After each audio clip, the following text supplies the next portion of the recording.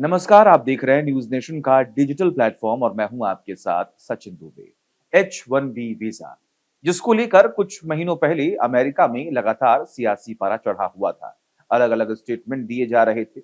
H1B visa दरअसल खास तौर पर अमेरिका या फिर वहां पर एक ऐसा वीजा जहां पर दूसरे देशों से तमाम जो अ, किसी एक सेक्टर में जिनको बहुत ही ज़्यादा ज्ञान होता है, जो बड़े ही स्पेशलाइज़्ड होते हैं, उनको वहाँ पर जाकर काम करने का मौका मिलता है और उसी के लिए एक वीज़ा होता है जिसका नाम है H1B वीज़ा जो कि 3 साल के लिए बनता है और उसे 6 साल तक के लिए एक्सटेंड कर सकते हैं, जिसके लिए एक भारी रकम जो है वो देनी होती है और उस रकम को बढ़ाया गया था ट्रम्प की तरफ से, जिसको लेकर तमाम बड़े सवाल भी खड़े हुए थे, जिसको लेकर अ, इंडिया में भी खास तौर पर कई बार सवाल जो है वो पूछे गए कि आखिर ट्रंप की तरफ से ऐसा इतना बड़ा फैसला क्यों लिया गया? आखिर इस प्राइस को इतना बढ़ाया क्यों गया? जिसकी वजह से जो लोग इंडिया में रह रहे हैं और जो लोग वहाँ पर जाकर जॉब करते हैं, उनके लिए कितनी मुश्किलें बढ़ जाएँगी और जो रकम तय की गई थी, मैं उसके बारे में भी आपको बताऊँगा और आज के इस वीडियो में ये भी बताऊँगा कि H1B वीज़ा को लेकर आज के इस वीडियो में मैं क्यों बात करने वाला हूँ। वजह ये है कि ट्रंप जो इस H1B वीजा को लेकर लगातार विरोध कर रहे थे, जो उनके बड़े फैसले सामने आ रहे थे, उसको लेकर उन्होंने एक सपोर्टिव बात की है और एक यू टर्न के तौर पर उनके एक स्टेटमेंट को देखा जा रहा है कि जो कुछ भी उन्होंने पहले किया, उसमें वो बदलाव करना चाहते हैं या उनके मन में क्या है, वो एक स्टेटमेंट की वजह से कई सारी खबरें जो है, सुर्खियां जो हैं, वो बटोर रही हैं। आपको जरा विस्तार से बता दूं कि अमेरिका के राष्ट्रपति ट्रंप 2 महीने से कम समय में ही सीधे रास्ते पर लौट आए हैं। वजह क्या है? जिस H1B वीजा प्रोग्राम की वह चीख-चीख कर आलोचना कर रहे थे, यहां तक कि सितंबर में उन्होंने इस वीजा की फीस बढ़ाकर $1 लाख, अगर हम इसको रुपए में कन्वर्ट करें, रुपीस में कन्वर्ट करें तो लगभग 88 लाख रुपए एक व्यक्ति को देना होता अगर उसको H1B वीजा चाहिए होता। जो व्यक्ति हिंदुस्तान में रहकर अगर वो अमेरिका में काम करना चाहता तो उसको ये अमाउंट अमेरिका को देना होता।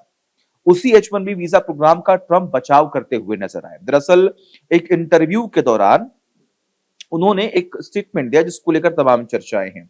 उन्होंने खुद कहा कि अमेरिका को टैलेंटेड लोगों की जरूरत है।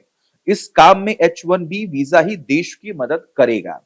दरअसल अमेरिका में हर साल 65,000 H1B वीजा ही जारी होते हैं। इसके इतर 20,000 H1B वीजा उन लोगों के लिए रिजर्व होते हैं जिन्होंने अमेरिका में ही रहकर वहां पर पढ़ाई की हो और वहां पर किसी यूनिवर्सिटी से मास्टर्स या उससे ऊपर की डिग्री हासिल की हो। अमेरिका में टेक, हेल्थ केयर, फाइनेंस जैसे सेक्टर्स की कंपनियां स्पेशलाइज्ड काम करने के लिए H1B वीजा पर विदेशी वर्कर्स को हायर करती है, जैसा मैंने शुरुआत में आपको बताया।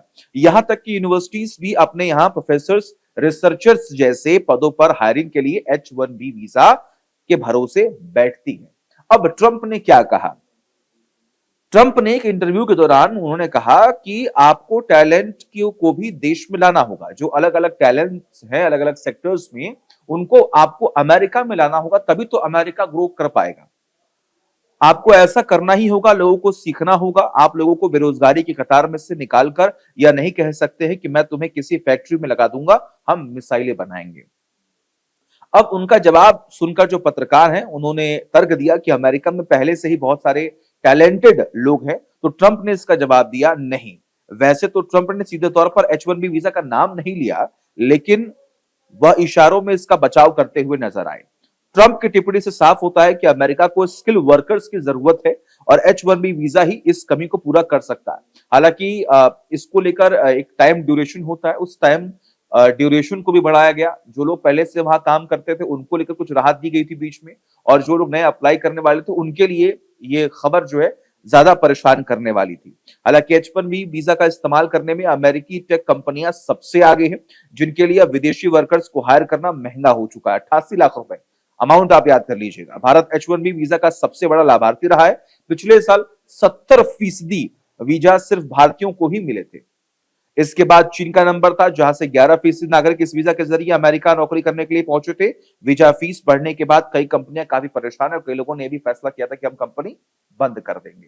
तो हालांकि इस ट्रंप के इस स्टेटमेंट के बाद कि उन्हें टैलेंटेड लोगों की ज़रूरत है, शायद हो सकता है कोई बहुत बहुत बड़ा बदलाव वो करने वाले हों, जिस अमाउंट को उन्होंने बढ़ाया था शायद उसमें कमी ला सकते हैं।